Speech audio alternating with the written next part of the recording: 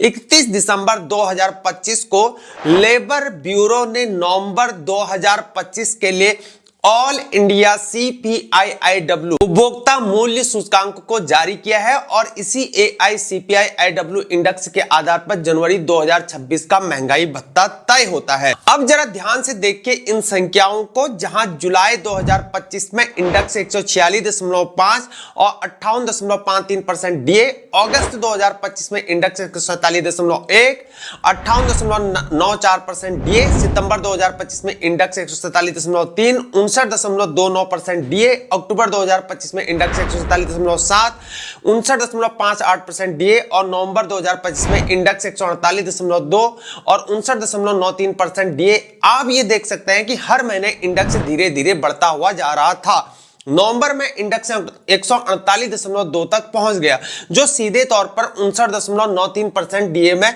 अनुवादित होता है। बस 0.07% बाकी था 60% के लिए।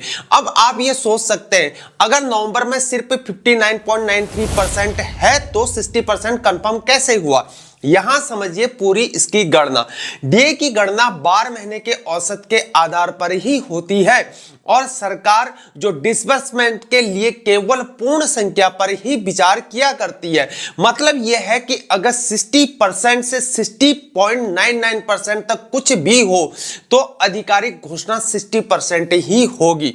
लेबर ब्यूरो के पास दिसंबर 2025 का इंडेक्स अभी जारी नहीं हुआ है, लेकिन हम यहां पर 3 परिदृश्य जो है उनको देख सकते हैं एग्जाम्पल के तौर पर, जहां परिदृश्य 1 इंडेक्स स्थिर रहे 148.2, 12 महीने का औसत 59.93% से बढ़कर 60.34% हो जाएगा। परिणाम यहां पर 60% डीए कंफर्म।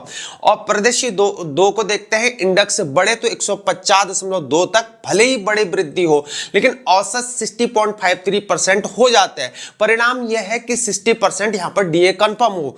और तीसरा एग्जांपल समझते हैं, इंडेक्स गिरे 146.2 तक, अगर थोड़ी सी गिरावट अगर आ जाती है तो औसत 60.15% बढ़ता है। परिणाम 60% डीए कंफर्म। मतलब चाहे जो भी हो, जनवरी 2026 में 60% डीए आ ही जाएगा।